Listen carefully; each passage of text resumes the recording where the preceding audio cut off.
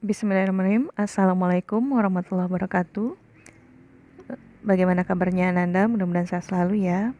Baiklah, sekarang kita akan belajar pendidikan agama Islam. Dan sebelum kita mulai pembelajaran, ada baiknya kita sama-sama membaca doa. Bismillahirrahmanirrahim. Rabbishrahli sudri wa yassirli amri wahlul 'uqdatam min lisani yafqahu qawli. Rabbi zidni ilma warzuqni fahma. Amin. Nah, sekarang kita akan masuk pada materi terakhir pada semester ini, yaitu menyuburkan kebersamaan dengan toleransi dan menghargai perbedaan. Toleransi ialah sikap saling menghargai perbedaan. Toleransi juga dikenal dalam bahasa Arab dengan artian tasamuh. Toleransi ini adalah sikap terpuji, akhlakul karimah. Ananda, di antara kita pasti berbeda. Entah itu suku kita yang berbeda, atau warna kulit kita yang berbeda, kemudian daerah kita yang berbeda, dan pendapat pun terkadang kita juga berbeda. Namun demikian, perbedaan tersebut tidak boleh kita jadikan sebagai alasan untuk kita bertikai. Lihatlah kerusuhan yang terjadi dulunya di antara desa Sleman dengan desa Pendung Talang Genting. Kemudian antara Kumun dengan Tanjung Pau. Kemudian juga ada lagi pertikaian di Tanjung Pau. Kemudian juga Semerap juga pernah ada. Dan ada lagi di beberapa di daerah kita ini, di wilayah Kerinci ataupun Sungai Penuh. Pertikaian, kerusuhan, dan perkelahian tersebut terjadi karena tidak adanya toleransi dan menghargai perbedaan orang lain.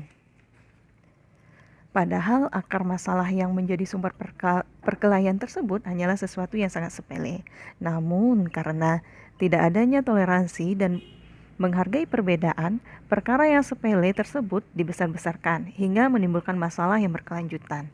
Jika sudah demikian, setanlah yang akan berbahagia. Setan akan menghasut kita agar terus bertikai. Akibatnya, persatuan kita lama-kelamaan akan tergerogoti oleh berbagai pertikaian tersebut, dan pada akhirnya umatlah yang akan hancur. Apalagi kita di Kerinci ini punya desa yang beragam, bahkan bahasa kita pun juga beragam. Walaupun desanya itu berdekatan jaraknya, tapi bahasa kita ada perbedaan. Dari dialeknya, cara pengucapannya, dan lain sebagainya. Dan itulah kita harus saling menghargai, tidak perlu kita saling mengolok-olok. Dan Indonesia pun juga beragam. Dari Sabang sampai Merauke ada berbagai macam suku. Dan juga di Indonesia ini pun juga ada berbagai macam agama. Nah, karena itulah Indonesia mempunyai Bhinneka Tunggal Ika. Walaupun berbeda tapi kita tetap satu, dan kita harus menghargai perbedaan itu. Ibaratnya, jika kita membangun suatu bangunan, itu tidak hanya terdiri dari bata saja, tapi juga ada unsur-unsur lainnya, unsur batu, semen, dan lain sebagainya agar bangunan itu berdiri kokoh. Begitu juga bangsa kita. Karena itulah mari kita sama-sama bertoleransi sehingga negara kita akan semakin maju.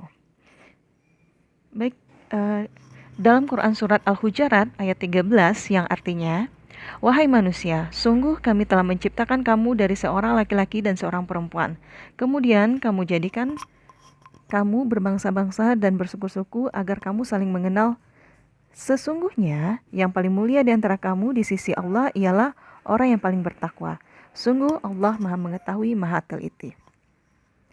Kandungan dari surat Al-Hujurat ayat 13 mengandung pesan untuk tidak membeda-bedakan orang lain berdasarkan kekayaan, warna kulit, ras, suku, bangsa, dan perbedaan lainnya. Akan tetapi kita diajarkan untuk menjadi orang yang mulia di sisi Allah. Berdasarkan ketakwaan kita, kita juga diperintahkan untuk saling mengenal berbagai jenis dan karakter manusia, agar mampu memahami kelebihan dan kekurangan masing-masing. Allah SWT tidak pernah membeda-bedakan manusia dari bentuk tubuh ataupun harta bendanya.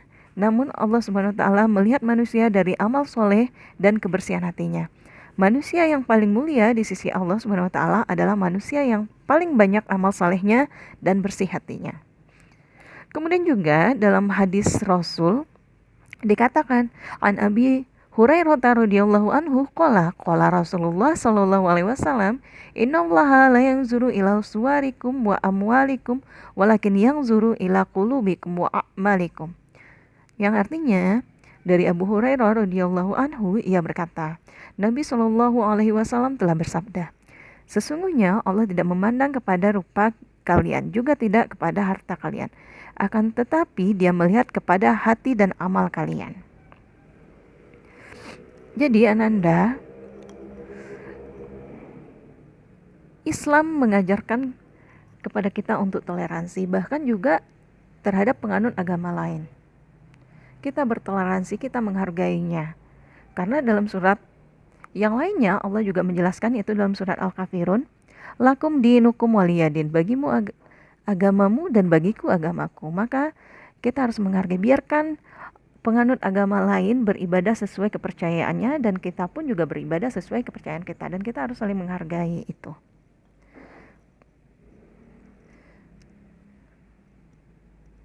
Nah, sampai di situ materi tentang toleransi dan menghargai perbedaan.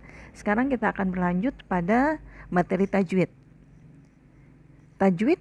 Ilmu tajwid adalah ilmu yang mempelajari tentang tata cara membaca Al-Quran dengan baik dan benar. Baik itu dari segi panjang pendeknya dalam bacaan, kemudian panjang pendek itu dalam ilmu tajwid kita kenal dengan mat. Kemudian tentang qalqalah, kemudian hukum alif lam dan hukum-hukum bacaan lainnya, dan termasuk salah satunya adalah hukum bacaan wakaf. Wakaf adalah berhenti atau menahan. Menurut istilah tajwid, pengertian wakaf adalah memutuskan suara di akhir kata untuk bernafas sejenak dengan niat meneruskan bacaan selanjutnya. Berarti ini adalah artinya pemberhentian ketika kita membaca Al-Quran, karena tentu nafas kita tidak mampu untuk membaca Al-Quran secara terus-menerus, maka kita harus berhenti. Sama dengan aturan dalam berlalu lintas, itu ada kita lihat lambangnya stop atau dilarang berhenti, kemudian jalan licin itu kan ada pelang-pelangnya. Nah sama begitu juga dalam Al-Quran, ketika kita membaca Al-Quran itu ada tanda wakaf. Nah, di sini kita lihat tanda-tanda wakaf. Ada huruf seperti huruf mim yang kecil tulisannya di tengah atau di Al-Quran kita di akhir ayat mungkin, atau di pertengahan itu ada huruf mim yang kecil sekali. Dan juga huruf lam, jim, kemudian huruf shad dan lam itu kecil sekali hurufnya. Nah, kita bahas satu-satu ya. Mim itu dikenal dengan wakaf lazim. Ini artinya adalah kita harus berhenti. Kemudian ada huruf lam, lam alif. Itu seperti dalam surat Al-Quraisy. Itu ada huruf lam di ayat 1-nya. Nah, ini adalah wakaf mamnu. Yang artinya tidak boleh berhenti. Jika tidak boleh berhenti, dan kita sebaiknya untuk menyambung kalimat. Namun ketika huruf lam alif ini, tanda wakaf lam alif ini di akhir ayat, mungkin ayat 1, ayat 2 seperti dalam surat Al-Quraisy tersebut, maka kalau nafas kita tidak mampu, kita boleh berhenti.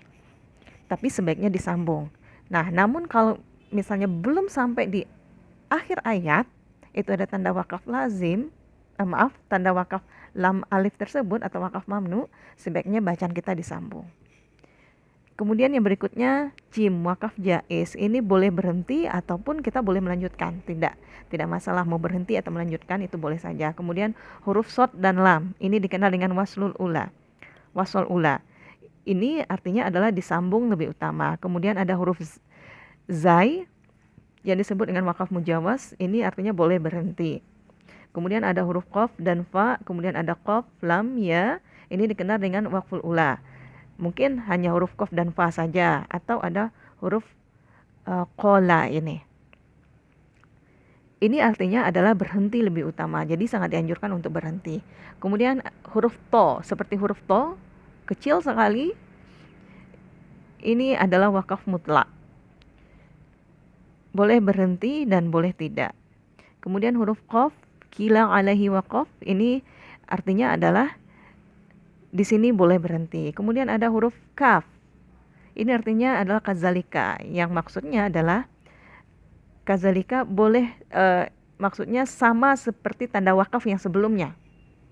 Kemudian huruf shad, ini wakaf murokhsah. Ini artinya boleh berhenti. Kemudian yang terakhir ini ada titik 3. Biasanya ada 2 buah titik 3. Ini artinya adalah wakaf saktah. Artinya adalah bila berhenti, maka berhentinya pada salah satu daripada tanda tersebut. Karena ada 2 ya bentuknya, seperti dalam surat Al-Baqarah. Di situ di ayat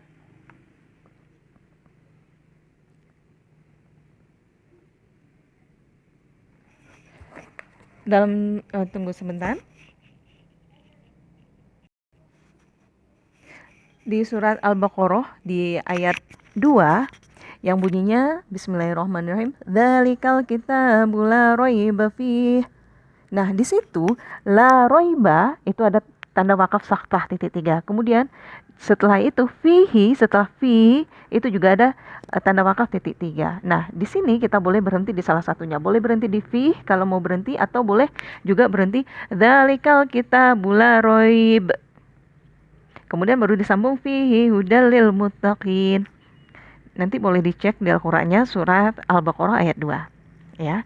Nah, jika ada yang ingin ditanyakan, boleh tanyakan di grup WhatsApp masing-masing kelas. Cukup sampai di sini.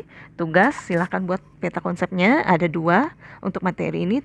Peta konsepnya yang pertama, tugas peta konsep untuk materi toleransi dan menghargai perbedaan. Isi dari peta konsepnya yang pertama, pengertian toleransi atau tasamuh. Kemudian tulis dalilnya. Untuk dalil, Ananda tolong belajar untuk menulis ayat dengan benar. Perhatikan betul huruf-hurufnya, baris-barisnya, dan belajar untuk menulis yang lebih rapi lagi. Karena kita belajar untuk lebih baik lagi. Nah, yang ketiga, contoh perilaku yang mencerminkan sikap toleransi. Kemudian, contoh perilaku yang mencerminkan sikap toleransi ini buatkan 5 contoh. Kemudian yang terakhir adalah hikmah dari sikap toleransi. Hikmah ini juga buatkan sedikitnya 5 hikmah.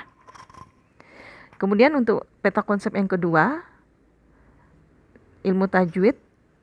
Yang pertama, pengertian dari ilmu tajwid. Kemudian yang kedua, pengertian wakaf. Dan yang ketiga, macam-macam wakaf, tanda wakaf, dan artinya.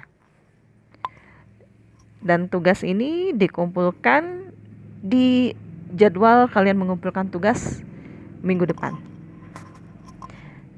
Kita akhiri dengan hamdalah, alhamdulillahirabbil alamin. Jangan bosan jadi orang baik, belajar yang rajin. Wassalamualaikum warahmatullahi wabarakatuh.